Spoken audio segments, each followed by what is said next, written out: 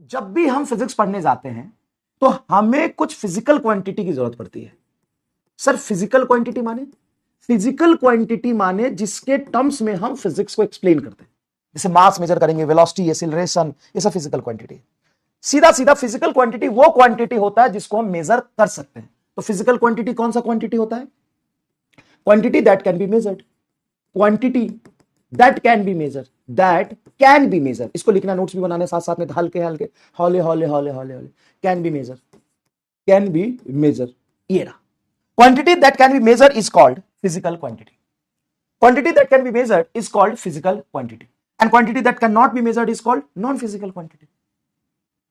Non-physical quantity, non-physical quantity, non-physical quantity cannot be measured, quantity cannot be measured, cannot be measured, cannot be measured, क्या बेटा? cannot be measured, cannot be measured का example क्या आएगा? cannot be measured का example क्या आएगा? Non physical quantity that cannot be measured, cannot be measured का example क्या आएगा? प्यार, love love love, hate hate, good good, very good. अब गुड, तुम अच्छे हो, कितने अच्छे हो? सर अच्छे तो हैं हम बहुत, कितने? तो इस सर, तो फिर इसका फिर सर इसका सिग्निफिकेंस क्या है बताओ? प्यार, नफरत, गुडनेस, हॉटनेस, हॉटनेस, तुम बहुत हॉट हो, तो पूछना कितने हॉट हैं बताओ, ये तो मेजर नहीं कर सकते। जब हम मेजर नहीं कर सकते, जब हम मेजर नहीं कर सकते, जब हम मेजर नहीं कर सकते, तो इसका सिग्निफिकेंस क्या है? इसका सिग्निफिकेंस क्या है बेटा? इसका सिग्निफिकेंस बस इतना होता है कि हम इसको कंपेयर कर सकते हैं। किससे?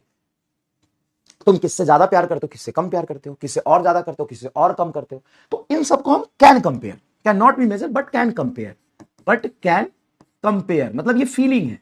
अब इसको वैसे मैथमेटिकली कंपेयर नहीं कर सकते, इसलिए ये भी लिखना गलत होगा। ये एक फीलिंग है, इसको फील ही कर सकते हैं, इसको मेजर नहीं कर सकते। ये इमोशंस है, इसको मेजर नहीं कर सकते।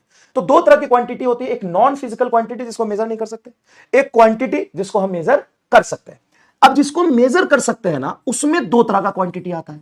बड़ा सुंदर सुंदर, दो तरह का क्वांटिटी आता है। एक होता है अस्केलर, अस्केलर, अस्केलर में क्या होता है कि only magnitude, only having only magnitude, having only magnitude, magnitude, इसमें सिर्फ मैग्नीट्यूड होता है, सिर्फ मैग्नीट्यूड होता है। Does not have direction, does not have direction, not have direction, इसके पास डायरेक्शन जैसी कोई चीज नहीं होती। और एक होता है वेक्टर, एक होता है भाक्टर।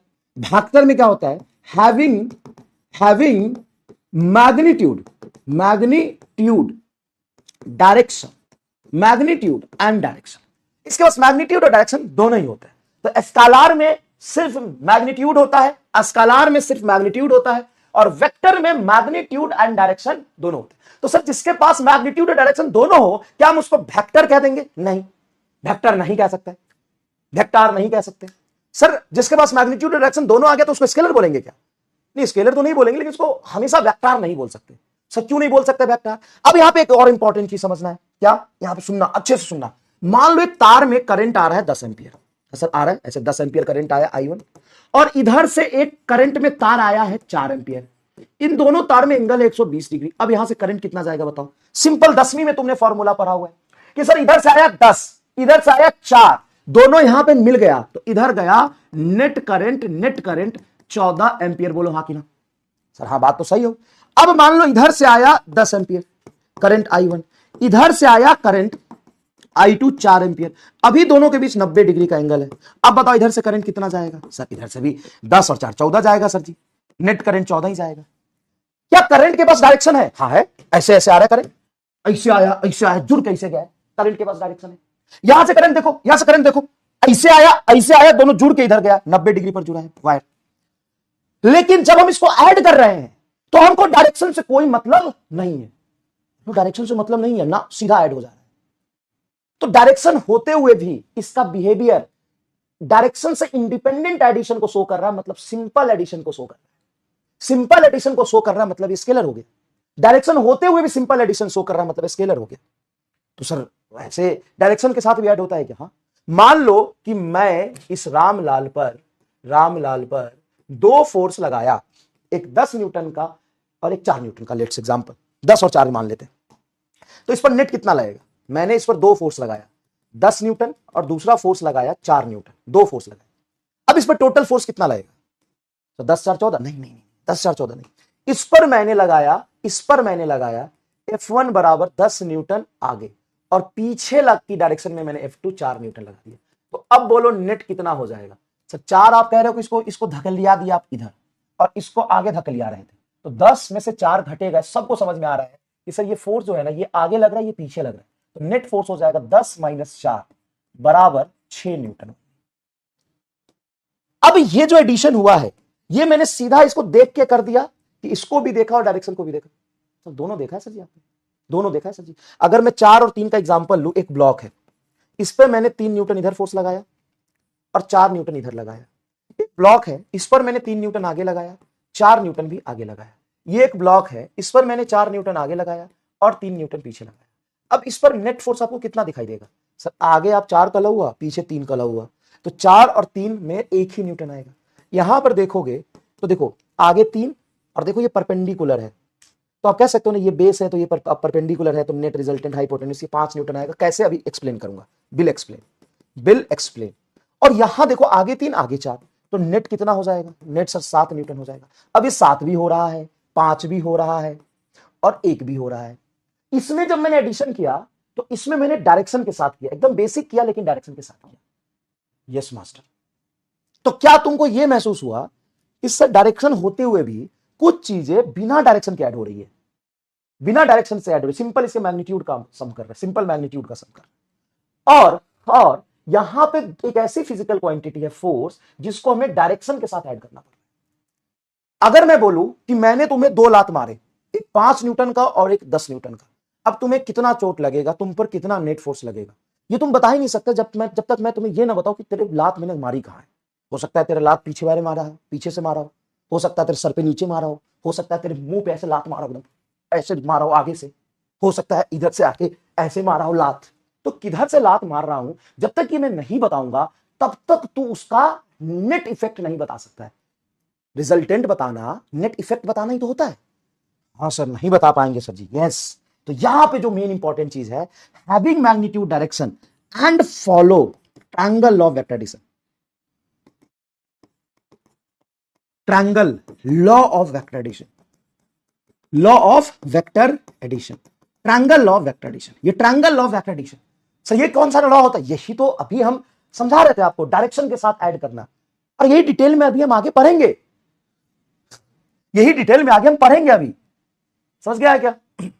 समझ में आया क्या? यही हम डिटेल में आगे पढ़ेंगे। तो इसको कैसे ऐड करते हैं? इसको ऐड करते हैं add using simple algebraic addition. Follow simple algebraic addition, follow simple algebraic addition, algebraic addition. ये सिंपल अलजेब्रिक एडिशन को फॉलो करता है, सिंपल अलजेब्रिक एडिशन को फॉलो करता है। और ये किसको फॉलो करता है? ट्रायंगल ऑफ वेक्टर एडिशन को फॉलो करता है। ठीक है, इसके कुछ एग्जांपल बताइए सर जी। एग्जांपल जैसे बेटा मास, अब तुम गए बाहर बैगन खरीदने, अब तूने बैगन खरीदी 5 किलो, झोला में भर दिया। अब बोला कि अरे आलू भी 2 किलो खरीदना है, तूने आलू भी 2 किलो खरीद लिया, तो टोटल कितने हो गए? 5 2 7 किलो सब्जी। अब तूने खीरा भी 4 किलो खरीद लिया, तो 7 4 11 किलो। अब इसमें ऐसा नहीं है कि तू खीरा किधर से रख रहा है, बैगन किधर से रख रहा है, आलू किधर से रख रहा है, इस सबका डायरेक्शन देखेगा। इन सबका डायरेक्शन हम नहीं देखते हैं। ठीक है, पहले बेसिक पार्ट, टेंशन बाद में बताऊंगा क्या होता है, उसका रिलेशन समझाऊंगा। बेसिक समझ अभी, स्केलर वेक्टर अच्छे समझ ले, टेंशन भी बताऊंगा, चिंता मत कर। तो फॉलो सिंपल अलजेब्रिक एडिशन कौन करता है? मास। अभी बताया। स्पीड, कोई डायरेक्शन नहीं होता, सिंपल स्पीड। अच्छा एनर्जी, हाँ सर ये एनर्जी भी स्केलर है। टेम्परेचर, सर टेम्परेचर भी स्केलर है, टेम्परेचर। अच्छा वॉल्यूम, वॉल्यूम भी स्केलर है। अब यहां पे सबसे बड़ा इंपॉर्टेंट जो डाउट आता है बच्चों को, सर एक बात होता है, मास तो हमेशा पॉजिटिव होता है, स्पीड हमेशा पॉजिटिव होता है, लेकिन टेम्परेचर तो निगेटिव पॉजिटिव दोनों होते हैं। तो जब स्केलर पॉजिटिव निगेटिव होता है उसका क्या मतलब है? सर क्या वो डायरेक्शन को नहीं बताएगा? नहीं। इफ एनी स्केलर स्केलर का पॉजिटिव एंड निगेटिव होना उसके ज्यादा कम को बताता है, ज्यादा कम को बताता है। इसमें डायरेक्शन है ही नहीं, इसमें डायरेक्शन है ही नहीं। तो स्केलर अगर तुम्हारा कोई टेम्परेचर पॉजिटिव 10 डिग्री सेल्सियस है और ये -10 डिग्री सेल्सियस है, तो इसका मतलब ये ज्यादा है, ये कम है, क्योंकि इसके पास डायरेक्शन नहीं होता है, वो उसके वैल्यू को बताता है। एकदम सही बोल रहा हूं, वैल्यू को बताता है। वायर मतलब मजा आ गया। स्केलर का पॉजिटिव या निगेटिव होना उसके ज्यादा कम वैल्यू को बताता है। लेकिन वहीं पे अगर आप एग्जाम्पल देखोगे स्केलर का, तो जैसे वेक्टर का तो होता है वेलोसिटी, फोर्स, एक्सीलरेशन, ये सब example. Force, velocity, acceleration, displacement, इन सब में डायरेक्शन होता है। तो अगर वेक्टर तुम्हारा vector is positive and negative, vector का पॉजिटिव एंड निगेटिव होना डायरेक्शन को बताता है। बताओ, फील आया एकदम मजेदार। अच्छा, इसीलिए फोर्स 5 न्यूटन मतलब आगे है प्लस 5 न्यूटन, और माइनस 5 न्यूटन मतलब पीछे है।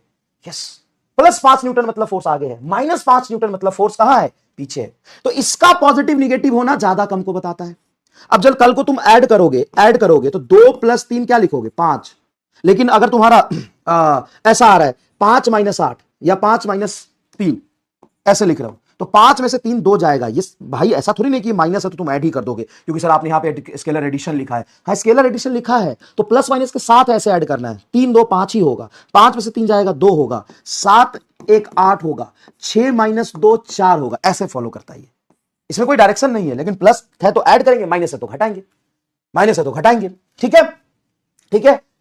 इसमें मैग्नीट्यूड डायरेक्शन दोनों होगा, लेकिन ये क्या करता है, ये triangle law of vector addition मतलब डायरेक्शन के साथ ऐड होता है। इसका एग्जांपल ये है, इसमें प्लस माइनस होने का मतलब वो डायरेक्शन को बताता है। प्लस माइनस होने का मतलब क्या बताता है, डायरेक्शन को बताता है। चलिए सर थोड़ा और फील लेते हैं, क्या फील लेते हैं, जैसे ये भाई साहब, when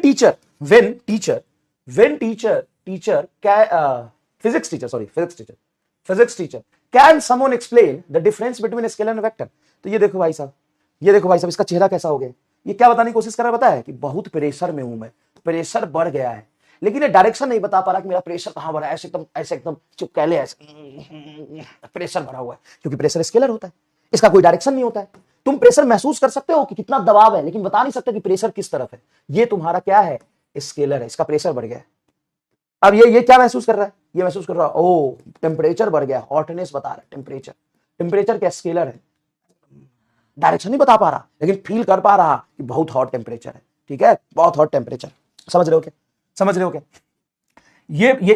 ये सोच रहा है अरे भाई वो कितना तेजी में भाग गया, तो ये क्या बता रहा है, स्पीड होता है हाउ फास्ट, कितना तेज भागा। स्पीड क्या होता है बता, हाउ फास्ट, कितना तेज भागा, उसको कहते हैं स्पीड। ये क्या है, स्केलर है। ये ऐसे देख रहा है, बाप रे कितना तेज भाग गई रे, हाँ स्पीड है, इसके डायरेक्शन नहीं पता चल रहा है, स्पीड है। ओ हो सही बात है। ये क्या महसूस कर रहा है, तो और बताओ, ये कह रहा है कि अरे यार वेट बहुत बढ़ गया है मेरा, ये मास महसूस कर रहा है, मास। ये भी एक डायरेक्शन कहीं नहीं बता पा रहा है।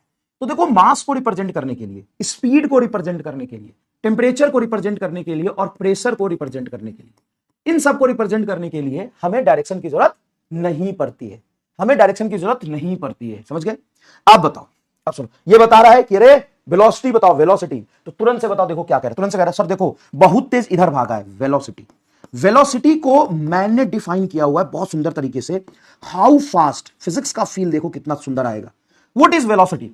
तो कहीं किताबों में डेफिनेशन नहीं मिलेगा, जैसे सुंदर तरीके से तुमको फील आ जाएगा। फील आ गया तो दिल बना दो, हाउ फास्ट, कितना तेज, एंड वेयर, इसको कहते हैं वेलोसिटी। कितना तेज भाग रहा है, ये स्पीड है। ये स्पीड होता है, बाप रे बहुत तेज भाग गई, अरे बहुत तेज भाग गई रे, अरे बहुत तेज भाग गई। ये क्या करे, अब क्या करे, बहुत तेज भाग गई इस तरफ, डायरेक्शन बता रहे, देखो ये डायरेक्शन है, ये बता रहे बहुत तेज भाग गई इधर। तो जब मैं डायरेक्शन के साथ रिप्रेजेंट करूं तो वेक्टर हो गया, बहुत तेज भाग गई इस तरफ, इसको पता नहीं चला, ये अरे बहुत तेज भाग गई, ओ बहुत तेज भाग गई, बहुत तेज में भाग गई। तो ये किताब क्या बता रहा है, हाउ फास्ट, बहुत तेज भाग गई, हाउ फास्ट, बहुत तेज। ये क्या बता रहा है, कितना तेज और किधर। फील आया एकदम, कितना तेज और किधर, देखो ये प्रेशर महसूस कर रहा है। इससे पूछा अरे भाई इतना प्रेशर में कहा हो, तो अरे देखो ना उस तरफ फोर्स लगा है, देखो फोर्स, ये बता रहा है डायरेक्शन। देखो ये सब क्या है, डायरेक्शन है, ये सब क्या है, डायरेक्शन है। देखो डायरेक्शन, ये देखो इधर डायरेक्शन बता रहा है, इधर डायरेक्शन बता रहा है। ये किसका डायरेक्शन बता रहा है कि इस फोर्स लगाने से इधर डिस्प्लेसमेंट हुआ, देखो डिस्प्लेसमेंट, ये वेक्टर है। ये बता क्या बता रहा है, इलेक्ट्रिक फील्ड। ये कह रहा है कि पता है इलेक्ट्रिक फील्ड इधर बहुत ज्यादा, electric field, direction, electric field. तो जो भी वेक्टर होते हैं उसका सिग्निफिकेंस बिना डायरेक्शन के नहीं आता। प्रेशर स्केलर क्यों है, क्योंकि प्रेशर का कोई डायरेक्शन नहीं होता बेटा।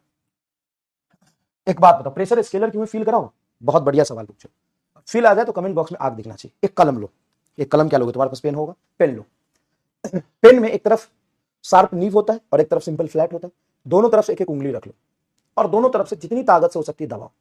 चलो सब लोग दबाएंगे दोनों तरफ से, ठीक है, कंप्रेस किया मैंने। अब दोनों ही फिंगर पे महसूस करो किस पर तुमको दर्द ज्यादा हो रहा है सर, यहां पर। अब उसकी डायरेक्शन बताओ।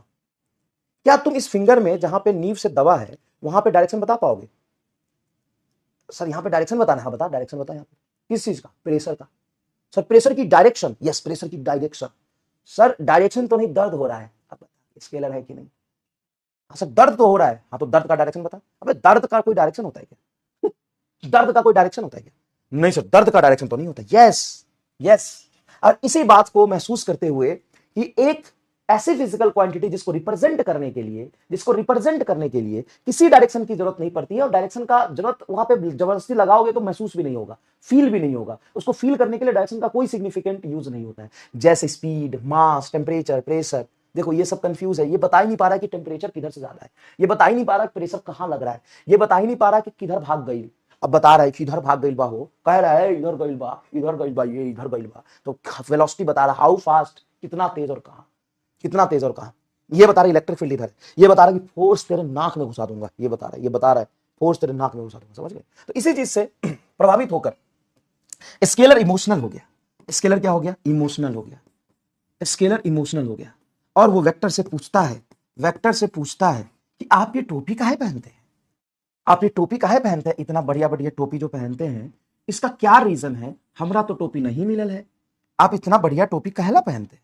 तो ये बेचारा कहता है क्योंकि मेरे पास डायरेक्शन होता है इसीलिए हम ये टोपी पहन के चलते हैं, और टोपी का जो ऐसे निकला होता है ऐसे छतरी, वो हमारा डायरेक्शन बताता है। तुम्हारे पास डायरेक्शन नहीं है इसलिए तुमको टोपी की जरूरत नहीं पड़ती,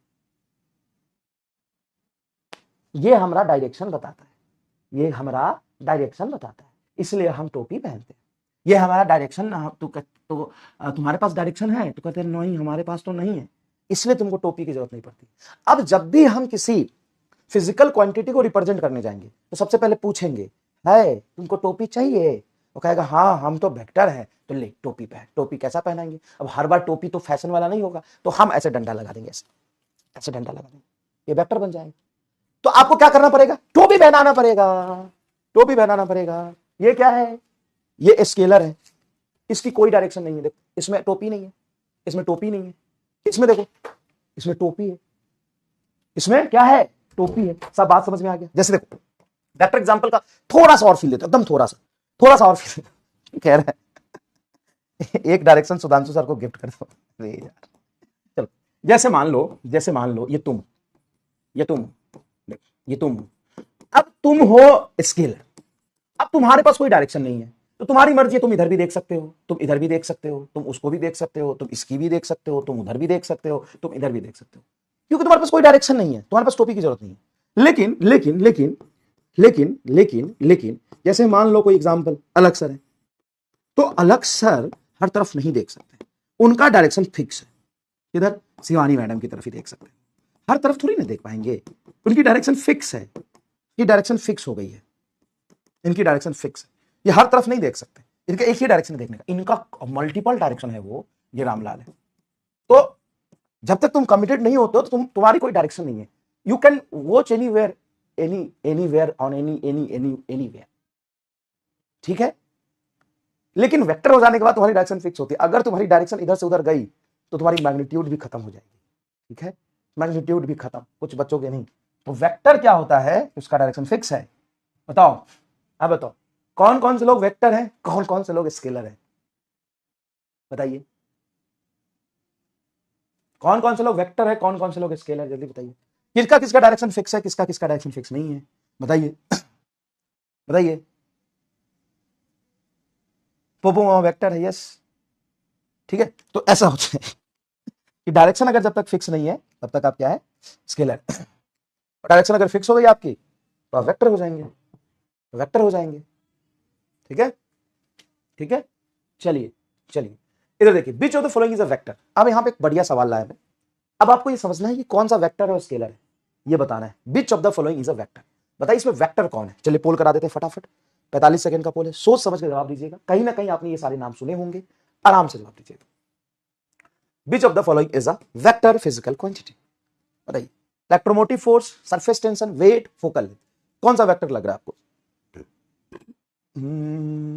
ला ला ला ला ला ला ला ला ला ला ला ला ला। देखते हैं क्या जवाब देते हैं। वेक्टर क्या होता है सर? जिसके पास मैग्नीट्यूड डायरेक्शन दोनों होता है और उसके पास, अरे ये क्या हुआ, फिर से बोल शुरू हो गया। जिसके पास मैग्नीट्यूड और डायरेक्शन दोनों होता है और ट्रायंगल ऑफ वेक्टर एडिशन को फॉलो भी करता है, उसको कहते हैं वेक्टर। मैग्नीट्यूड और डायरेक्शन दोनों होता है और ट्रायंगल ऑफ वेक्टर एडिशन को फॉलो भी करता है, उसको कहते हैं वेक्टर। जिसके पास सिर्फ मैग्नीट्यूड होता है उसको कहते हैं scalar. Scalar simple algebraic addition को फॉलो करता है, उसका प्लस माइनस मतलब ज्यादा कम को बताता है। वेक्टर ट्रायंगल ऑफ एडिशन को फॉलो करता है और उसका प्लस माइनस होना उसके डायरेक्शन को बताता है। Right right. अब यहां पे बहुत सारे लोगों ने जवाब दिया होगा इलेक्ट्रोमोटिव फोर्स, लेकिन आपका जवाब है सी, वेट। 15% लोग मात्र सही है, बधाई हो। वेक्टर के पहले सवाल में सिर्फ 15 to 16% जनता कनेक्ट है, 65% जनता, 64% जनता रॉन्ग है। इलेक्ट्रोमोटिव फोर्स तुमने 10th क्लास में नाम सुना होगा। इलेक्ट्रोमोटिव फोर्स होता है बेटा, ईएमएफ को कहते हैं, पोटेंशियल डिफरेंस को कहते हैं। तो इलेक्ट्रोमोटिव फोर्स कहने का मतलब तुमने 9th 10th में पढ़ा होगा यार। EMF, EMF electromotive force is a potential difference, and potential difference का कोई डायरेक्शन नहीं होता, ये ज्यादा कम होता है। +5 वोल्ट ज्यादा होगा, -5 वोल्ट कम होगा। ये स्केलर है भाई साहब, ये स्केलर है भाई साहब।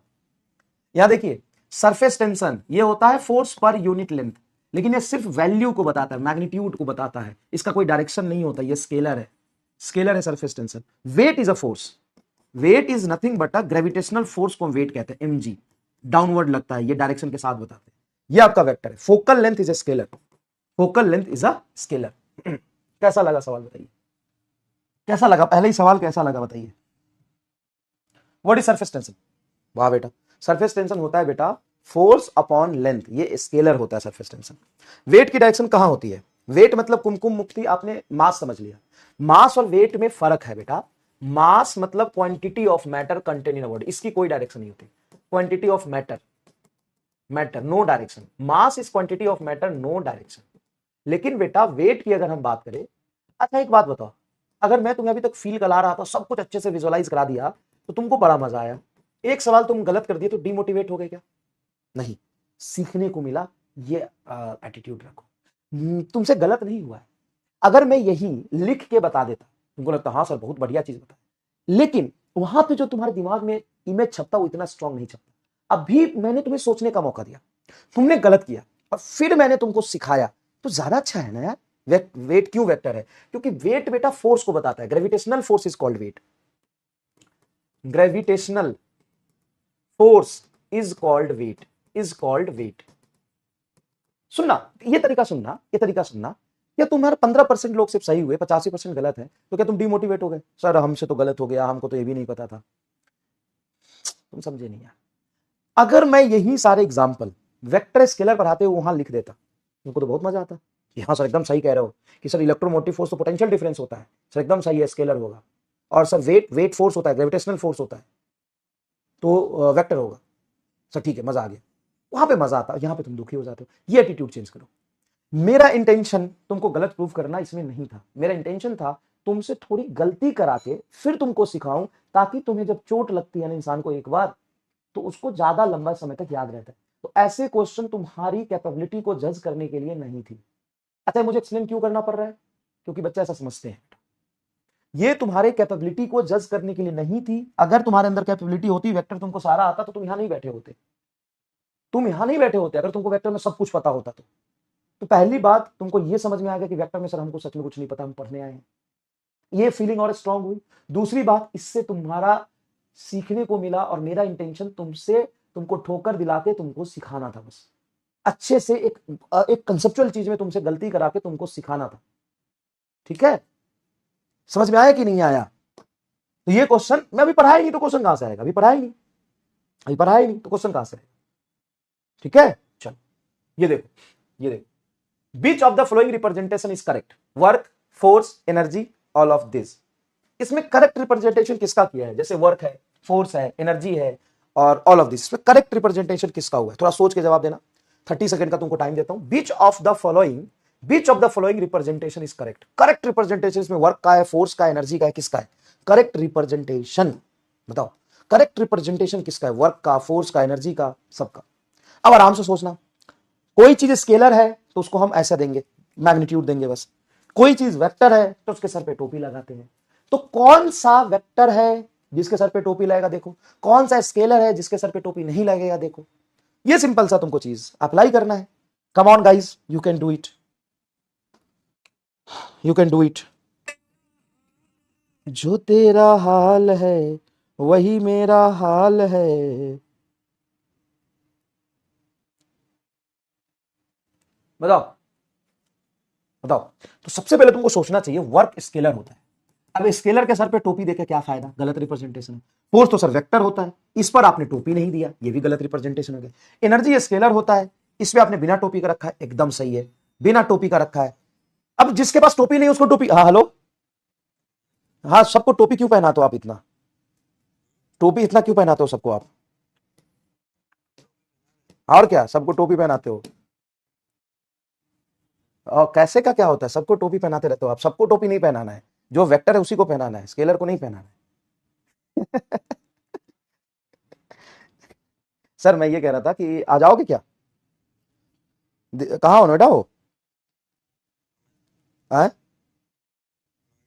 तो आज मिलते हैं ना, उधर आते हैं 11-12 बजे, खत्म करते हैं आज काम। वही वही 1:35 में। हाँ हाँ हाँ हाँ, तीनों नहीं रहेंगे तो भी हो जाएगा, 2 लोग रहेंगे तो भी हो जाएगा।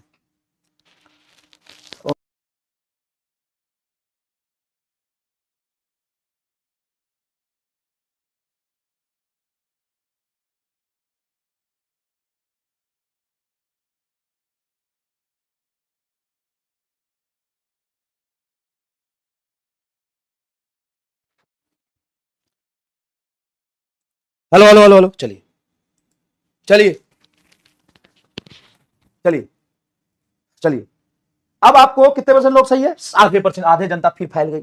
अबे तो जनता है कि वो रायता है रे? तो जनता है कि रायता है? हर जगह फैलता रहता है। कौन है तू? जनता है कि रायता है? क्या वर्क तेरा क्या है? Sir scalar. स्केलर पे कौन टोपी लगाता है? अभी तो एक आदमी को फोन करके धमका दिया मैंने कि सबको टोपी लगा देते हो तुम। सबको टोपी नहीं लगाना।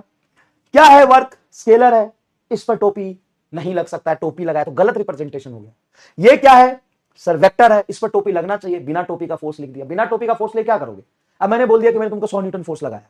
अब बताओ क्या होगा? नहीं बता सकते जब तक हमको डायरेक्शन नहीं पता हो। तो एनर्जी, एनर्जी स्केलर है, बिना टोपी का लिखा। ऑल ऑफ दिस गलत है, तीसरा सही है। अब देखो 35% लोग कह रहे हैं सर वर्क सही तो लिखा है। अबे वर्क के ऊपर ही डंडा क्या कर रहा है? वर्क स्केलर है, उस पर डंडा कैसे लगेगा? चप्पल बनाया है कि नहीं? बना ले, अगर नहीं बनाया है चप्पल तो कहां है? ला चप्पल, कहां है चप्पल? ला। वर्क को सर पे डंडा लगाए कभी कभी।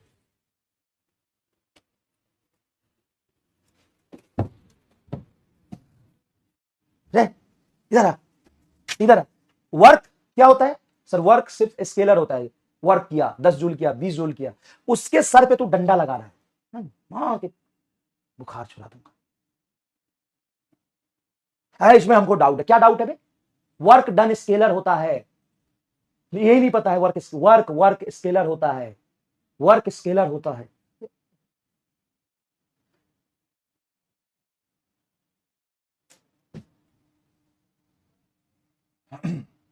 और फोर्स वेक्टर होता है।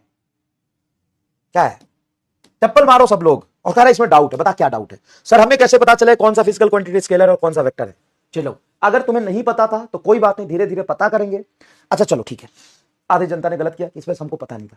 चलो तुमको पता नहीं था, गलत हो गया, कोई बात नहीं, मेरी गलती। लेकिन जब पता होगा तब तो स्केलर पे टोपी नहीं लगाओगे ना? हाँ तब नहीं लगाएंगे सभी। चलो भला है बेटा, बहुत अच्छा लगा मुझे, दिल को सुकून मिला। चलो ठीक है। अब आगे से याद रखना कि वर्क को हम ऐसे लिखते हैं, वर्क को हम लिखते हैं 5 जूल, 10 जूल, और ये स्केलर होता है, इसके पास कोई डायरेक्शन नहीं होता। अब हमको कैसे पता चलेगा? अब जैसे जैसे हम आगे पढ़ते जाएंगे वैसे वैसे हमको पता चलता जाएगा अभी परेशान मत हो, अगर तुम्हें कोई डाउट भी है तो इग्नोर करो। कंसेप्ट इंपॉर्टेंट ये है कि हम वेक्टर पे टोपी लगाएंगे, स्केलर पे नहीं लगाएंगे, ये सीख लिया, बस खत्म। क्वेश्चन में मेंशन ये क्या करना है, क्वेश्चन में मेंशन क्यों होगा बेटा, फोर्स वेक्टर होता है सबको पता है, एनर्जी स्केलर होता है, मैंने लिख के दिया है। How work is scalar, scalar work को रिप्रेजेंट करने के लिए, जैसे देखो कि मान लो इस ऑब्जेक्ट पर एक वर्क हुआ 3 जूल और एक वर्क हुआ 4 जूल, तो ये जो टोटल नेट वर्क होगा, नेट वर्क डन होगा वो 7 जूल ही होगा। अब इसमें ये नहीं बोल सकते कि 3 और 4 कहां कहां वर्क हुआ, वर्क किसी डायरेक्शन में नहीं होता, वर्क एक होता है, वैल्यू होता है, नो डायरेक्शन। फील करो, फील ही कर सकते हो, और जब हम वेक्टर वर्क पढ़ेंगे तब मैं करा दूंगा। इतना समझ में आया?